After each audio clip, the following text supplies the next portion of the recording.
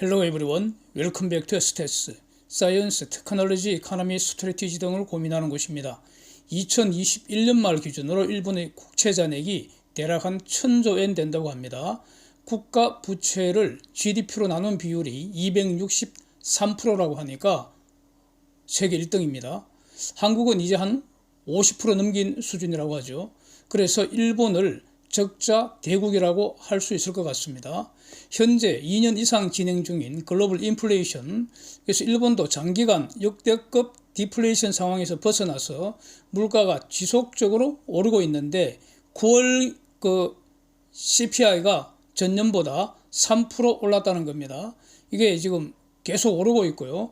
가만히 보니까 상승 속도가 일본의 인플레이션 상승 속도가 앞으로 더 가속될 것으로 전망이 됩니다.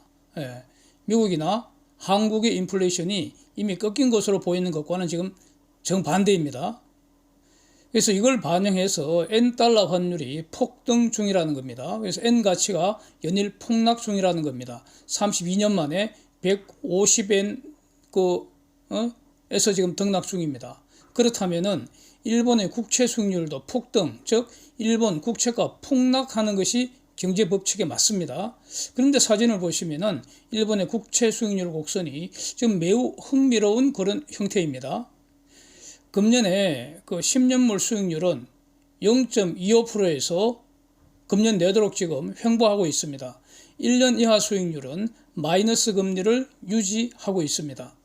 이것을 한국, 미국의 수익률 곡선과 비교하면 그 차이가 명확합니다.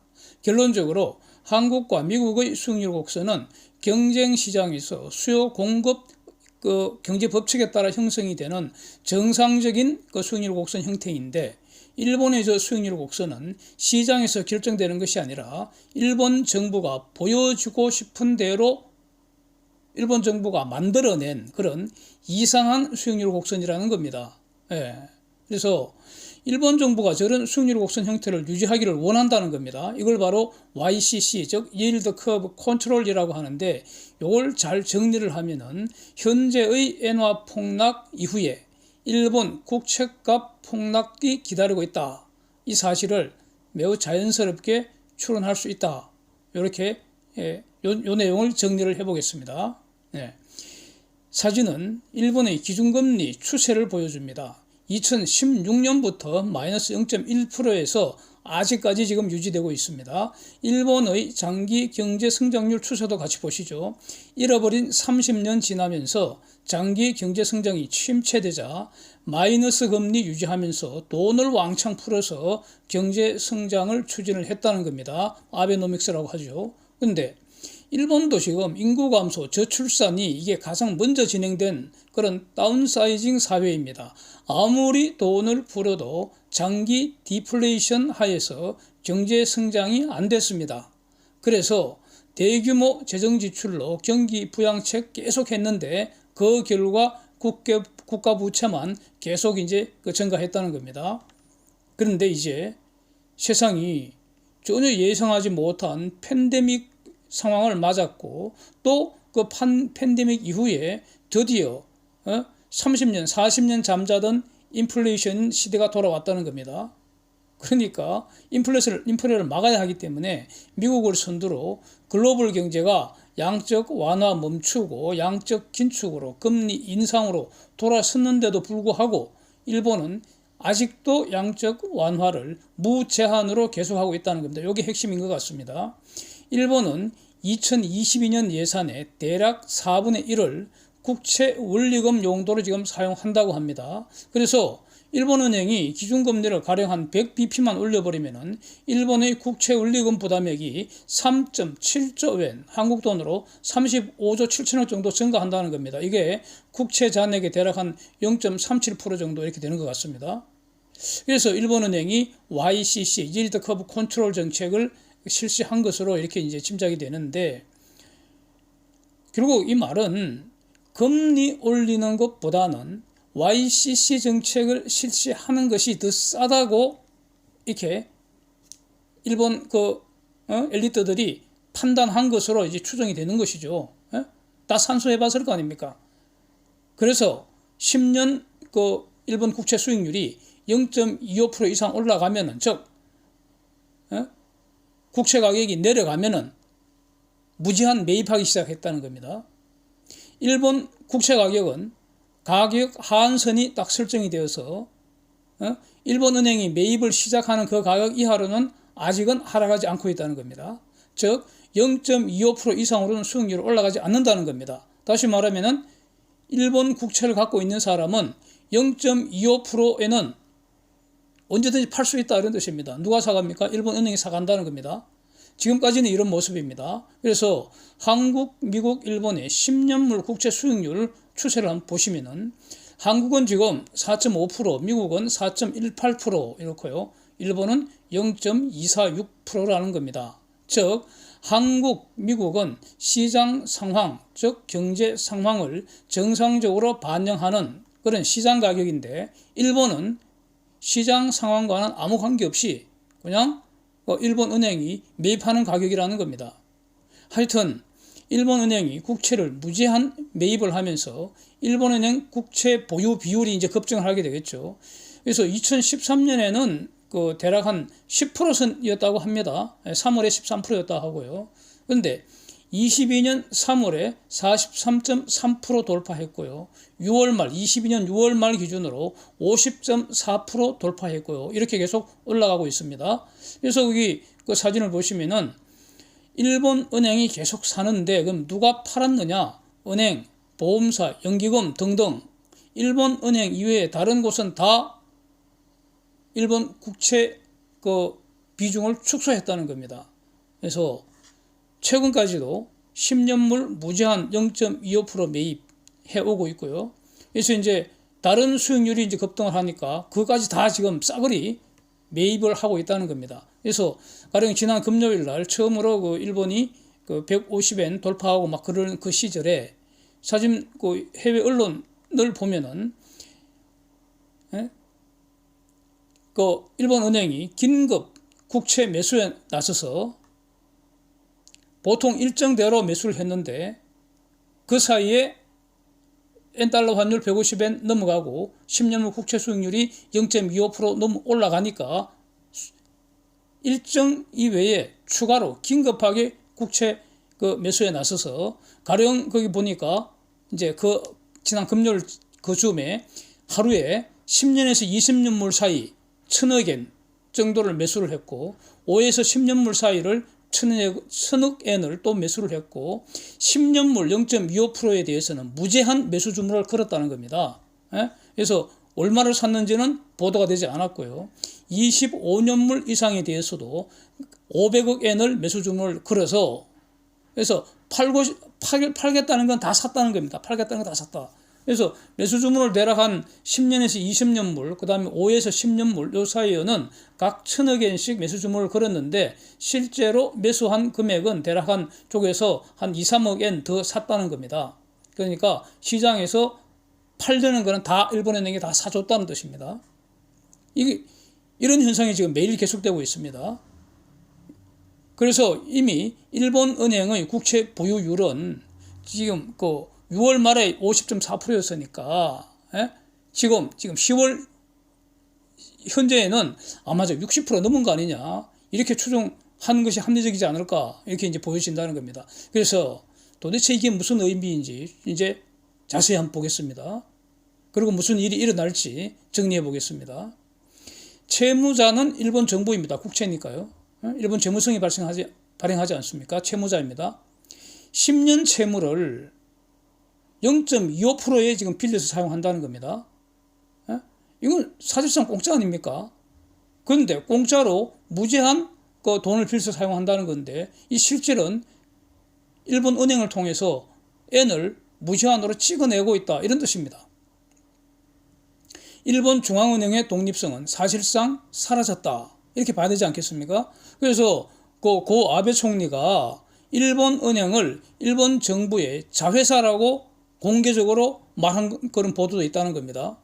그래서 일본 은행이 기준금리 마이너스 0.1% 유지를 하면서 10년짜리 국채 수익률을 안정시키기 위해서 지금 무제한으로 국채를 매입하고 있는데, 이거는 국채 가격 폭락을 막기 위한 것입니다. 예? 일정한 그 가격 0.25%에 해당하는 그 가격에 무제한 지금 매입하고 있다는 뜻인데, 일본은행이 국채를 일정한 가격에 매수를 하는 한 국채 폭락이 지금 연기되고 있을 뿐입니다. 이거는 국채 가격이 폭락하는 건 시간 문제라고 봅니다. 그런데 일본은행이 도대체 국채를 사는 돈이 어디서 나옵니까? 저거 일본은행이 돈을 벌어서 삽니까? 그거 아닙니다. N을 프린트할 수밖에 없습니다.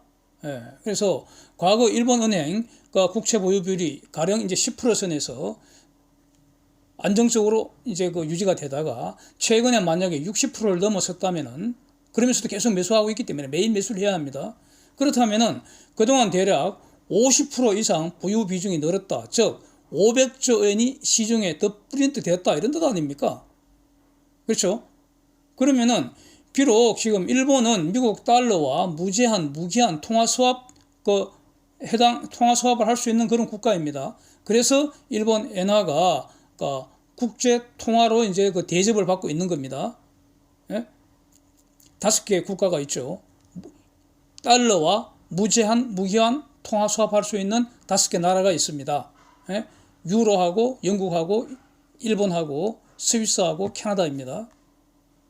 그런데도 불구하고 지금 그 시장에서는 일본이 저렇게 N을 계속 프린트해 내고 있기 때문에 N 달러 환율이 올라가는 것을 막을 수는 없는 거 아닙니까? 그 시장의 반응 아닙니까? 이 너무나 당연한데, 가령 그냥 간단하게 산수만 해보면은 개념적으로 일본이 N을 프린트하기 전에 시장에 있는 N이 프린트된 총량이 100이었고 달러 프린트된 총량이 1000이었다. 가정하는 상황입니다. 이럴 때 N달러 환율이 50에서 균형을 맞추고 있었다면은 이거는 가상의 상황입니다. 그래서 달러 총량이 일정한데 N 프린트 총량을 2배로 해버리면은 N달러 환율은 100이 되는 게 너무나 자연스럽습니다. 지금 이 현상이 일어나고 있다, 이렇게 봐야 할 겁니다. 그래서 N달러 환율 상승하면은 일본 수입 물가 급증할 수밖에 없습니다.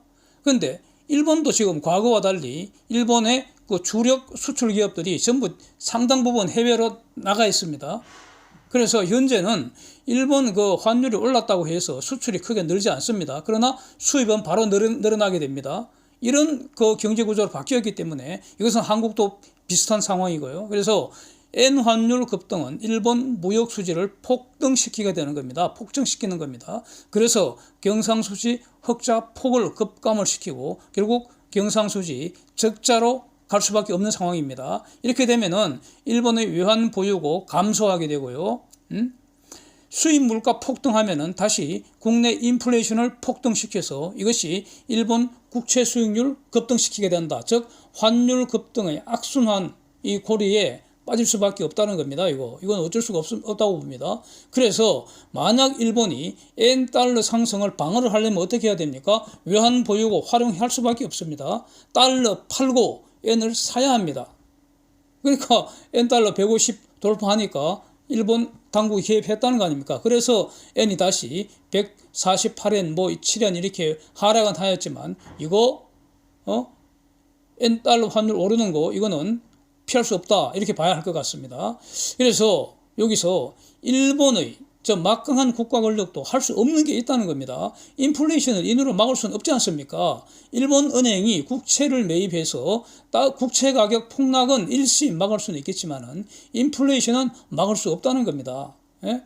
그리고 지금은 에너지 전환 시대이기 때문에 이 말은 지금부터는 에너지 가격이 전체적으로 오를 수밖에 없다는 겁니다. 오를 수밖에 없습니다. 값싼 석탄을 비싼 가스로 대체해야 하기 때문입니다. 그래서 에너지라는 것은 모든 활동의 전제가 되기 때문에 인간의 모든 활동, 즉 필수품을 만들거나 아니면은 노는 모든 비용 다 오릅니다. 그래서 물가 수준이 팬데믹 이전보다는 에너지 전환 이전보다는 레벨업 된다. 물가 수준이. 이건 막을 수는 없다는 겁니다. 그래서 N달러 환율은 오를 수밖에 없습니다.